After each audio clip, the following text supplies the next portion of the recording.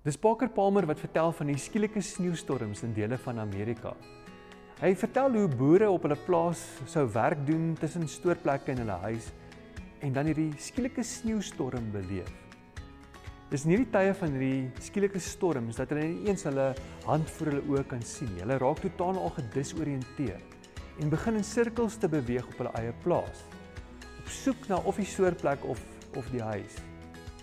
Hulle het selfs gevind dat van hierdie boere sterf in hierdie koue meters vanaf hulle huis of van hulle stoorplek. Hulle het gevoel hulle is verdwaal, hulle het nie besef hulle is so naby aan hulle huis nie. Van die boere het nou 'n plan beraam en hulle het 'n tou gespan tussen 'n stoorplek en hulle huis wat dien as 'n gids of 'n anker, dat wanneer daar 'n storm is, hierdie skielike storm, hulle deur hierdie tou gelei kan word na of 'n huis of 'n stoorplek. Wat 'n mooi beeld. Ons beleef soveel storms. As jy net moet dink aan hierdie jaar se storms wêreldwyd, politieke storms, verhoudingsstorms, finansiële storms, gesondheidsstorms en die lys kan aangaan. Waaraan hou jy vas in tye van storms? Hier's van ons wat in hierdie oomblikke in die middel van 'n storm is. Wat is dit wat jou anker is? Ek het die afgelope tyd weer gekyk na die apostoliese geloofsbelijdenis. Wat ons glo. En dan begin die geloofsbelijdenis as volg. Hy sê, ek glo in God die Vader, die Almagtige, die skepper van die hemel en aarde, en in Jesus Christus sy eniggebore Seun, ons Here. Wat glo jy? Wat glo jy oor God, oor Jesus Christus?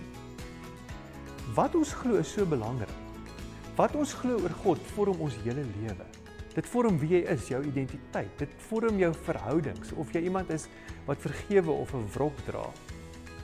Dit vorm hoe jy mense sien en ander hanteer. Wat jy glo oor God vorm jou hele lewe.